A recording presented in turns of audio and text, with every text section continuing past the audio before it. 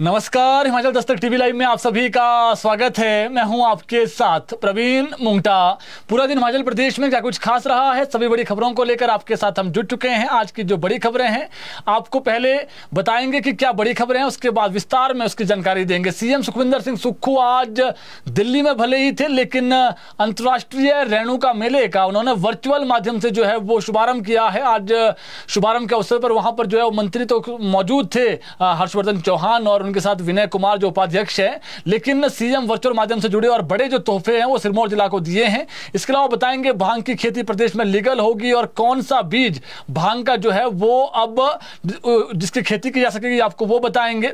इसके अलावा भी सीएम जो है वो लौट आए हैं, हिमाचल प्रदेश बिहार गए थे और कुछ देर बाद वो रेणुका जी पहुंचेंगे और रेणुका जी में ही आज रहेंगे सीएम और कल वापसी आएंगे। फिर सीएम गुजरात जाएंगे, क्यों जाएंगे आपको वो बताएंगे।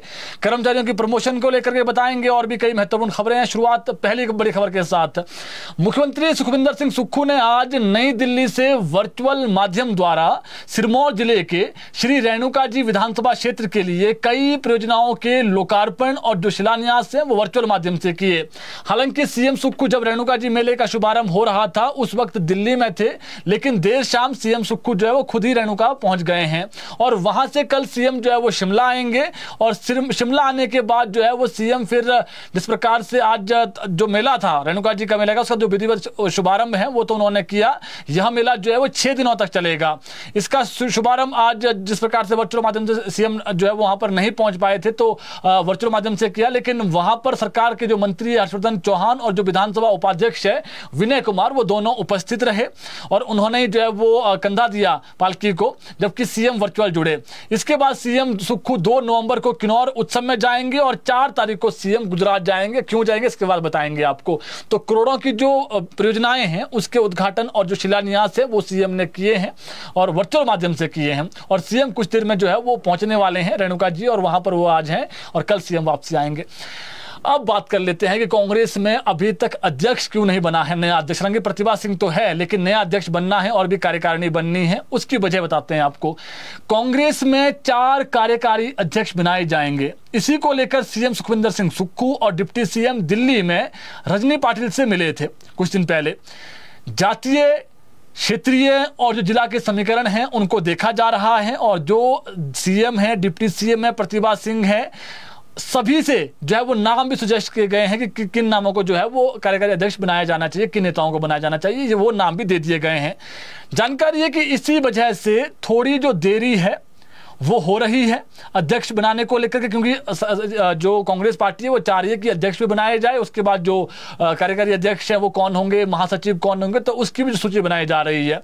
सूचना है सीएम सुखविंदर सिंह सुक्खू कह चुके हैं कि नवंबर के 2nd वीक में सीएम सुक्खू पहले ही कह चुके हैं कि कांग्रेस अध्यक्ष का फैसला हो जाएगा, वहीं पूरी जो कार्यकारिणी है वो भी बन जाएगी बहुत शीघ्र। उसके बाद आपको बता दें जो सूचना हमारे पास है कि जो सीएम दिल्ली में मिले थे, डिप्टी सीएम मिले थे, वहां पर 4 कार्यकारी अध्यक्ष बनाने को करके जो है वो सहमति बनी है रजनी पाटिल के साथ और नाम भी वहां पर दे दिए गए हैं।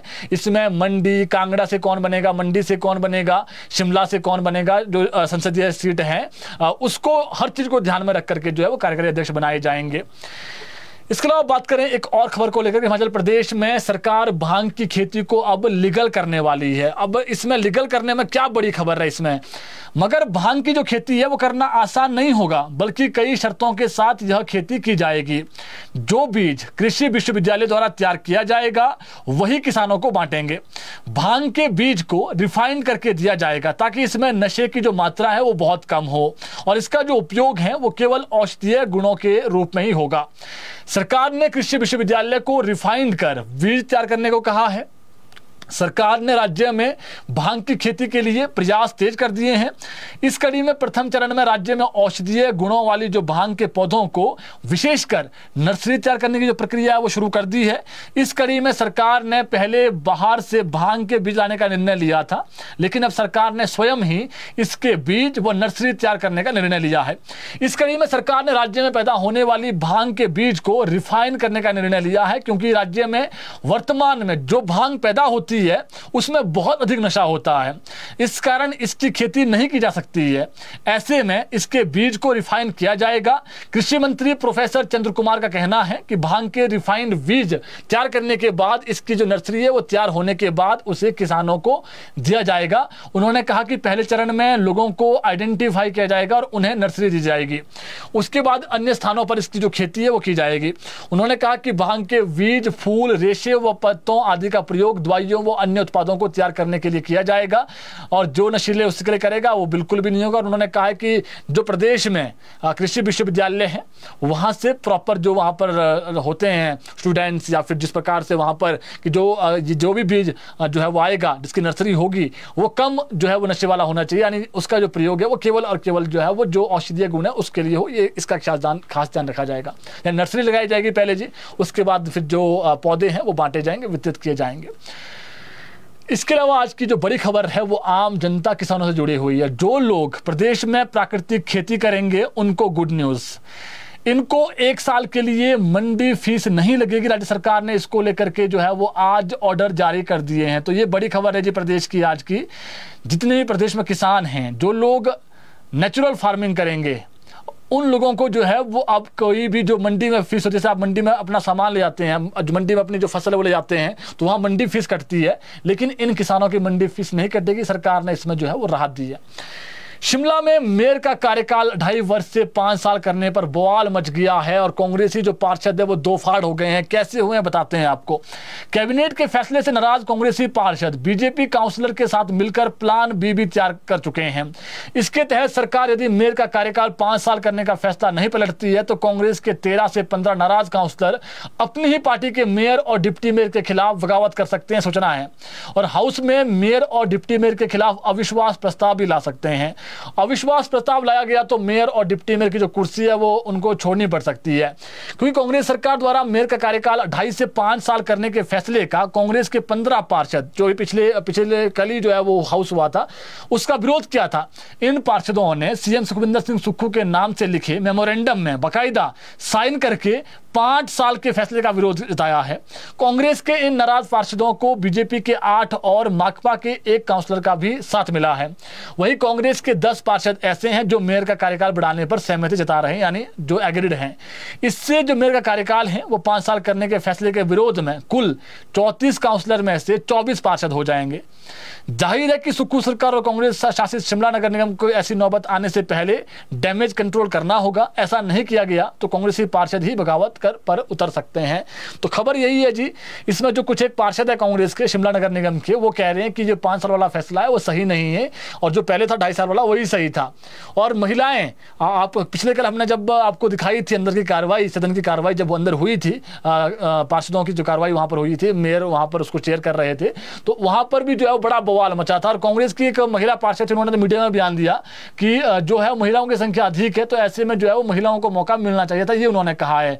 तो इस पर पुनर्विचार करें सीएम, ये उन्होंने कहा है। लेकिन अगर पुनर्विचार नहीं होता है तो प्लान बी क्या है आपको मैंने बता दिया है। इस पर जो है वो कुछ पार्षद दबी स्वर में जो है वो, पहले दबी स्वर में तो इसलिए कह रहे हैं क्योंकि वो पार्टी के खिलाफ जाना नहीं चाहते हैं। अगर पार्टी मान लेती है तो फिर उसमें ठीक है, नहीं मानती है तो फिर अविश्वास प्रस्ताव लाया जा सकता है। ये सूचना हमारे पास है। एचआरटीसी में आज बड़ी खबर है। एचआरटीसी में आज 21 सब इंस्पेक्टर और 10 ड्राइवरों को इंस्पेक्टर बनाया गया है। आज इसके ऑर्डर भी जारी हो गए। तो प्रमोशन को लेकर के काफी लंबे समय से जो है वो ये मांग कर रहे थे, तो प्रमोशनें हो गई है एचआरटीसी में। इसके अलावा आज ऐतिहासिक रिज मैदान शिमला में भारत की प्रथम महिला प्रधानमंत्री इंदिरा गांधी की पुण्यतिथि पर उनकी प्रतिमा पर पुष्पांजलि अर्पित की गई। इस अवसर पर उप मुख्यमंत्री मुकेश अग्निहोत्री, प्रदेश कांग्रेस अध्यक्ष प्रतिभा सिंह सहित अन्य जो नेता हैं मौजूद रहे। शिमला के जो स्थानीय विधायक है हरीश जनार्दन वो भी मौजूद रहे। मीडिया से रूबरू होते हुए उन्होंने कहा कि आज इंदिरा की पुण्यतिथि है, उन्होंने देश की एकता और अखंडता के लिए अपने प्राणों का बलिदान दिया। मुकेश अग्निहोत्री ने कहा कि आज सरदार वल्लभ भाई पटेल की जयंती भी है और उन्हें भी हम याद करते हैं तथा देश के लिए जो उन्होंने कार्य किया है उसके लिए उन्हें नमन करते हैं। उन्होंने बताया कि इस वर्ष 1 से 15 नवंबर तक गुजरात में उनकी स्मृति में एक कार्यक्रम आयोजित किया जा रहा है, जिसमें 4 नवंबर को हिमाचल प्रदेश को भी अपना पक्ष रखने का मौका मिलेगा। इस कार्यक्रम के लिए उनके साथ सीएम सुखविंदर सिंह सुक्खू, राज्यपाल और जो स्पीकर हैं प्रदेश के, उनको आमंत्रित किया गया है, जिसके लिए जो है वो तैयारी भी की जा रही है और जाएंगे भी वहाँ पर। डिप्टी सीएम ने कहा कि रिज मैदान पर स्वर्गीय प्रधानमंत्री लाल बहादुर शास्त्री और जो सरदार पटेल की प्रतिमा प्रतिमा लगाने में किसी भी तरीके का जो ऐतराज है वो हमारी पार्टी को नहीं है। उन्होंने कहा कि जिन नेताओं ने देश के लिए बलिदान दिया उनका सम्मान करने में कांग्रेस पीछे नहीं रहती है। भाजपा की तरह आलोचना करना कांग्रेस को नहीं आता है। उन्होंने कहा कि उनकी जो प्रतिमा है बलिदान पर लगाने में कोई विरोधाभास नहीं है। कांग्रेस भाजपा की तरह आलोचनाओं में नहीं फंसती, बल्कि जिन्होंने देश के लिए समर्पण दिया है उनका हम सम्मान करते हैं।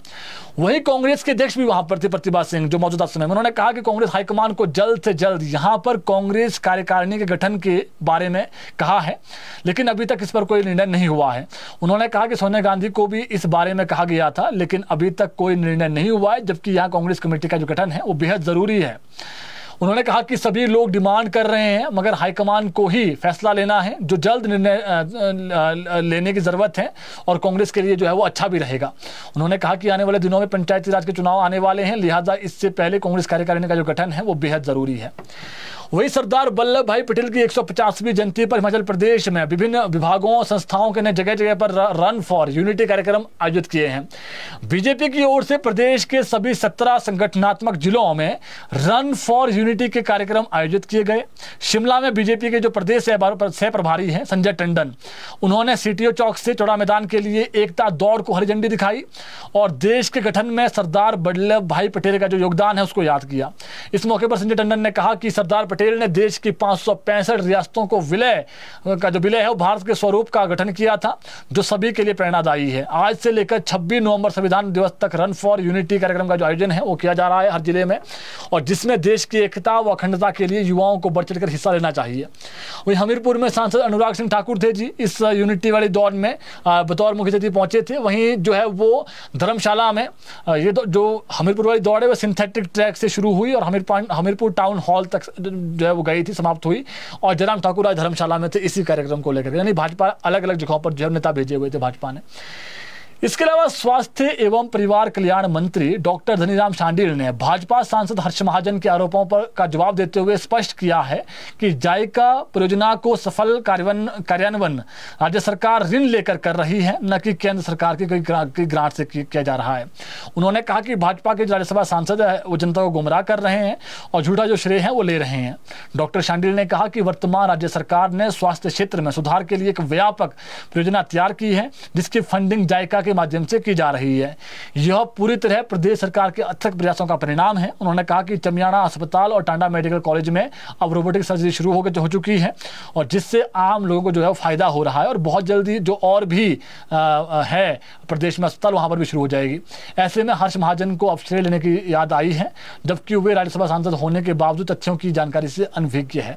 तो जुबानी तीर है जी। पिछले कल हर्ष महाजन ने कहा था करोड़ों रुपए आ रहा है केंद्र से, 1100 करोड़ से ऊपर का आ गया है और ऐसे में जो है वो स्वास्थ्य उसके लिए, लेकिन अब जो मंत्री है वो कह रहे हैं कि केंद्र से कुछ नहीं आया है, ना कोई केंद्र की ग्रांट है, ये जो पैसा है जायका का पैसा और ये हम जो है वो ऋण के माध्यम से, जो ऋण का एक प्रोसेस होता है उसके माध्यम से ले रहे हैं। तो जो झूठा श्रेय है वो हर्ष महाजन ले रहे हैं, ये उन्होंने आरोप लगाए हैं।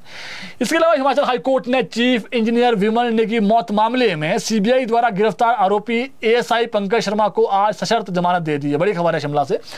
जस्टिस वीरेंद्र सिंह ने पंकज शर्मा को सशर्त जमानत दी है। आज कोर्ट ने कहा कि पंकज कोर्ट की इजाजत के बगैर देश से बाहर नहीं जाएगा। इस दौरान वह अभियोजन पक्ष के गवाहों पर कोई दबाव भी नहीं बनाएगा और न ही गवाहों को प्रलोभन व धमकी देगा। दूसरी ओर पंकज शर्मा ने कहा कि वह बेगुनाह है, उसे इस मामले में झूठा फंसाया गया है। वह पुलिस में असिस्टेंट सब इंस्पेक्टर के तौर पर काम कर रहा है और कथित घटना के समय वह पुलिस स्टेशन सदर शिमला में तैनात था। केंद्रीय जांच एजेंसी सीबीआई ने पंकज शर्मा को 14 सितंबर को उनके पैतृक स्थान, जो उनका गांव है जोल बहल पोस्ट ऑफिस डांगर, तहसील घुमारवी से गिरफ्तार किया था। इसके बाद उसे 16 तारीख को जो है वो शिमला के चीफ जुडिशियल जो मजिस्ट्रेट है उसके अदालत में पेश किया गया, जहां से उसे 2 दिन की पुलिस रिमांड मिली, कस्टडी मिली थी पहले। उसके बाद जो है वो उसको फिर जो है पंकज शर्मा को फिर 1.5 महीने जो है वो कस्टडी और जुडिशियल कस्टडी मिली। उसके बाद वो अब 1.5 महीने से जो है वो उसको जमानत नहीं मिली थी अदालत ने उसे, लेकिन आज 50,000 रुपए के पर्सनल बॉन्ड पर रिहा कर दिया है। हालांकि इस दौरान सीबीआई ने पंकज की जमानत का विरोध किया, लेकिन एएसआई पंकज को सशर्त जमानत मिल गई है। लेकिन उनके खिलाफ जो प्रॉपर सबूत होते हैं गिरफ्तारी को आगे बढ़ाने के लिए या फिर जो भी जुडिशियल रिमांड पे है वो नहीं थे सीबीआई के पास, जिसके चलते सशर्त जमानत आज कोर्ट ने दी है। इसके अलावा शिमला जिला के रामपुर में पंचायत उप प्रधान को थप्पड़ मारने वाले बुजुर्ग व्यक्ति को दी गई 1 माह की साधारण कारावास की सजा को ऊपरी अदालत ने रद्द कर दिया है। बड़ी खबर है। हालांकि ऊपरी अदालत ने 2 सिद्ध और निचली अदालत की ओर दी गई जुर्माने की सजा को बरकरार रखा है। जुर्माना तो देना पड़ेगा जी। ऊपरी अदालत ने दोषी बुजुर्ग व्यक्ति की आयु और मामले के लंबे समय को देखते हुए यह उदारता दिखाई है। दोषी ने मुख्य न्यायिक मजिस्ट्रेट किन्नौर के निर्णय को सत्र न्यायाधीश किन्नौर की अदालत में चुनौती दी थी। मामला क्या है बताते हैं। ये मामला साल 2015 का है। काफनू में ग्राम सभा की बैठक हुई। काफनू वहां पर एक पंचायत है जी। ग्राम सभा में आरोपी सुखी राम ने उप प्रधान के खिलाफ धन के दुरुपयोग का आरोप लगाए। उप प्रधान ने ऐसा करने से मना किया, मैंने नहीं किया है ऐसा, तो आरोपी ने थप्पड़ मार दिया उप प्रधान को। भवनगर पुलिस ने सुखी राम पर भारतीय दंड संहिता की जो धारा है 352, 353, 506, 186 और 189 के तहत दंडनीय अपराधों के लिए FIR दर्ज कर दी। चालान पेश होने पर अदालत में सुनवाई चली और अभियोजन पक्ष ने कुल 13 गुहाओं से पूछताछ की और निचली अदालत ने दोषी को जो IPC की धारा है 352 उसके तहत दोषी ठहराया था, सजा सुनाई थी। यानी इसमें जो थप्पड़ मारा था उप प्रधान को उसमें राहत मिली है। यानी अब जो है वो सजा तो नहीं होगी, लेकिन जो बॉन्ड वाला एक पैसा जो पहले दे दिया है वो अब नहीं वापसी हो पाएगा जी। इसके अलावा कुल्लू के नगर में ये बड़ी खबर है जी। 250 देवी देवताओं ने चिताया है इंसानों को। कुल्लू के नगर में आज जो है वो आज बड़ी एक कह सकते हैं आप एक बड़ा कह सकते हैं आप वहाँ पर हुआ और देवताओं का जो एक वहाँ पर जगती थी वो हुई और चिताया गया कि आने वाला जो समय है वो अच्छा नहीं रहेगा और हाहाकार मच सकता है। देवताओं के स्थानों से छेड़छाड़ मत करो, ये देवताओं ने कहा। 250 देवी देवताओं ने आज, और इसको पिकनिक स्पॉट मत बनाओ। देवता जमलू कुल्लू जिला के आराध्य देवता है, उन्होंने कहा कि अभी तो 1 लोटा पानी दिया है, इंसान नहीं माना तो भगवान रघुनाथ के चरणों को छुएंगे। यानी जो ब्यास हैं कुल्लू जिला में वो भगवान रघुनाथ के चरणों तक आ जाएगी। इसके अलावा उन्होंने कहा, देवताओं ने कहा कि जो गुरु थे, राजनीति को देव आस्था से दूर रखो, अंधा विकास और पर्यावरण से छेड़छाड़ मत करो, गौ माता को खुले में मत छोड़ो वरना तबाही होगी। तो आज जो नगर हैं कुल्लू जिला में वहां पर जगती माँ हिडिंबा ने बुलाई थी। जितने भी देवी देवता है कुल्लू जिला के, मंडी के पराशर ऋषि वहां पर पहुंचे थे। इसके अलावा लाहौल स्पीति के जो वहां पर देवता थे वो पहुंचे थे। और ऐसे में वहां पर यह निर्णय लिया गया कि जो स्थिति वर्तमान में है, जिस प्रकार से प्रदेश में आपदा आ रही है, तो ऐसे में इंसान को जागना पड़ेगा। अंधा जो विकास के नाम विकास किया जा रहा, छेड़छाड़ की जा रही है प्रकृति से, वो नहीं की जानी चाहिए। और जो पॉलिटिक्स है उसको राजनीति में मत लाओ। और दूसरा ये भी कहा गया कि जिस प्रकार से लगातार जो है वो इंसान जो है वो हर धर्मी हटी हो चुका है, तो ऐसे में जो है वो जो जमलू देवता है वहाँ पर कुल्लू के, उन्होंने कह दिया है कि देरी नहीं लगेगी कि जो कुल्लू का जो ब्यास का पानी है उसको हम जो है उसको जो है वो जो पानी है ऊपर तक आ जाएगा। भगवान रघुनाथ जहाँ पर बैठते हैं ढालपुर में कुल्लू जिला में, वहाँ तक जो है चरणों को स्पर्श करेंगे। तो इसलिए इंसान को जागना पड़ेगा। इसके अलावा शिमला स्थित घोड़ा चौकी क्षेत्र से एक युवती के अपहरण का मामला सामने आया है। शिमला जिला की जुब्बल निवासी महिला ने पुलिस थाने में शिकायत दर्ज करवाई है कि उसकी 23 वर्षीय बेटी को जो है घोड़ा चौकी शिमला से विष्णु और आरुषि नाम के 2 लोग जबरन अपने साथ ले गए हैं। शिकायतकर्ता इस समय घोड़ा चौकी में रह रही है और पुलिस ने महिला की शिकायत के आधार पर जो है मामला दर्ज कर लिया है और जो आरोपी है उनकी तलाश शुरू कर दी। तो शिमला से अपहरण हुआ लड़के का और आरोप लगे हैं 2 लोगों पर। अब पुलिस इनकी छानबीन कर रही है पूरे मामले की। इसके अलावा सोलन जिला के नालागढ़ उपमंडल के दबोटा में शहीद भगत सिंह स्कूल में सेप्टिक टैंक में गिरने से 4 साल की बच्ची मंजीत कौर की मौत हो गई। नर्सरी कक्षा की यह बच्ची सेप्टिक टैंक तक कैसे पहुंची और उसमें कब गिरी, इसके बारे में कोई पता नहीं चला। सेप्टिक टैंक के पास ही शौचालय है। अंदेशा है कि बच्ची शौच के लिए गई और ढक्कन खुला पड़ा होने पर टैंक में गिर गई। हैरानी की बात यह है कि करीब 1 घंटे तक बच्ची कक्षा में नहीं थी, लेकिन उसे ढूंढने का प्रयास नहीं किया गया। ASP अशोक वर्मा ने बताया कि प्रारंभिक जांच में पाया गया कि स्कूल परिसर में बने सेप्टिक टैंक का जो ढक्कन है वो खुला था, जिसके कारण यह हादसा हुआ। पुलिस ने स्कूल प्रबंधन के खिलाफ धारा 125 और 106 के तहत लापरवाही का मामला दर्ज कर दिया है। मामले की जांच शुरू कर दी है। तो सोचने वाली बात है जी।